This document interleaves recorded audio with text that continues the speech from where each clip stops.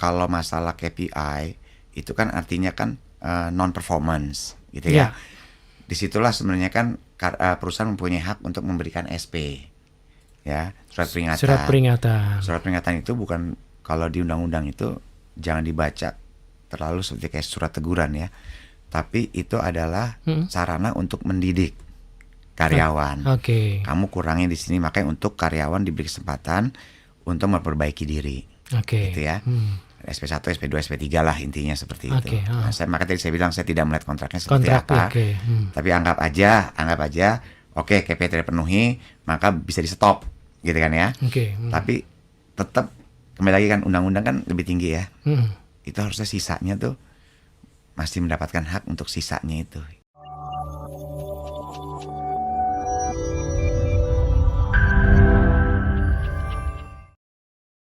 Kebetulan saya baru keluar dari tempat pekerjaan saya baru-baru ini, Pak Rinto menyampaikan. Saya keluar karena saya dipaksa oleh perusahaan akibat tidak mencapai target dalam perusahaan saya. Sementara saya dikontrak dari awal perjanjian yaitu 2 tahun dan terakhir sisa kontraknya masih ada 1 tahun 2 bulan lagi, Pak Evan. Saya minta supaya saya untuk di PHK agar mendapatkan pesangon, tetapi HRD menjawab tidak ada peraturan seperti itu di perusahaan tersebut. Pertanyaannya, apakah termasuk cara perusahaan untuk tidak mau memberikan pesangon kepada karyawan atau gimana, Pak? Mohon dijelaskan, terima kasih. Tolong jelaskan kembali secara hak dan undang-undang dalam dunia pekerjaan. Ya. Silakan, Pak Ivan. Oke. Ini saya menjawab dengan tanpa melihat perjanjian kerjanya ya. Ya kan? Tapi kan sebenarnya secara general dulu gitu ya. Kalau di PKWT ya, perjanjian waktu tertentu, itu kan Undang-Undang Cipta Kerja tidak menghapus pasal yang mengatakan bahwa apabila salah satu pihak menghentikan kontrak, maka pihak tersebut wajib membayar sisa kontrak yang belum selesai. Jadi contohnya tadi 2 tahun, misalkan terus udah anggap aja berapa 16 bulan deh gitu ya. Baru 16 bulan sisanya ya. Kan berarti kan 8 bulan lagi tuh ya. Betul. Nah itu sebenarnya harus dibayarkan. Karena itu tidak dihapus oleh Cipta Kerja. Gitu. Itu maksudnya gajinya dibayarkan? Iya, gaji dibayarkan. Jadi kan kalau PKWT itu, makanya tuh PKWT itu jelas kalau karena ada klausula seperti itu, pasal itu. Jadi seperti kayak orang kawin kontrak kalau saya bilangnya. 2 tahun, ya kan? Siapa yang ngajak cerai bayar sisanya. Demikian juga soal karyawan. Kalau karyawan yang memutuskan, ya misalkan Pak Rinto yang saya mau pindah gitu ya, perusahaan bisa bilang, you bayar ke kami 8 bulan gaji 8 bulan sisa tadi. Kamu, gitu. Jadi dibikin kan salah satu pihak. Nah, jadi tuh general rule-nya seperti itu. Gitu peraturan secara umumnya seperti itu. Ya kan ya. Nah, tadi kalau dibilang tidak mencapai KPI segala macam, betul, KPI. Gitu kan ya. Ya itu kan mungkin kalau di perjanjian kerjanya, kalau tidak mencapai apa yang harus dilakukan, gitu kan ya.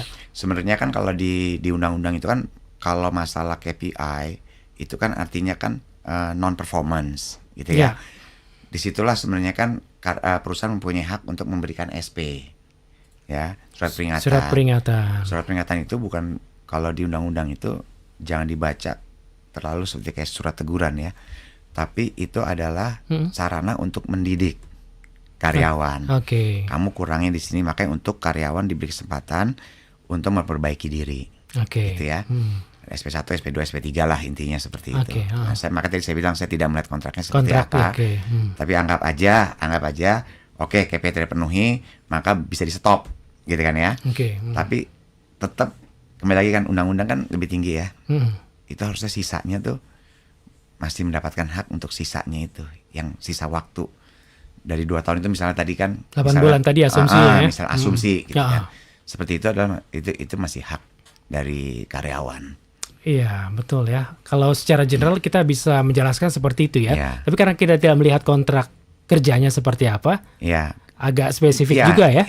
Soalnya kan kembali lagi kan, saya bilang itu ada hubungan keperdataan. Iya, betul.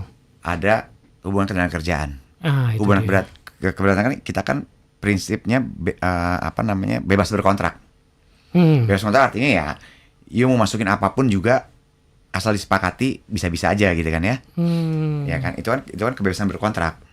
Tapi dalam hal ketenaga kerjaan itu kita lihat harus juga masalah ketenaga kerjaannya, undang-undang ketenaga kerjaannya. Oke. Ya kan, bisa banyak mengatakan bahwa oh kamu KPI tidak penuhi sekali, artinya out, gitu kan ya. Tapi kan kalau di undang-undang ketenaga kerjaannya kan nggak seperti kayak gitu. Misalkan performance itu kan apakah itu suatu kesalahan ya untuk determinasi secara mendesak? Iya. Apa tidak gitu kan? Tadi peringatan tadi itu iya, ya. kalau tidak kan 1, 2, 3 sebenarnya gitu. Oke. Seperti itu. Jadi itu sebenarnya yang sering orang salah itu yaitu antara keperdataan sama ketenaga kerjaannya.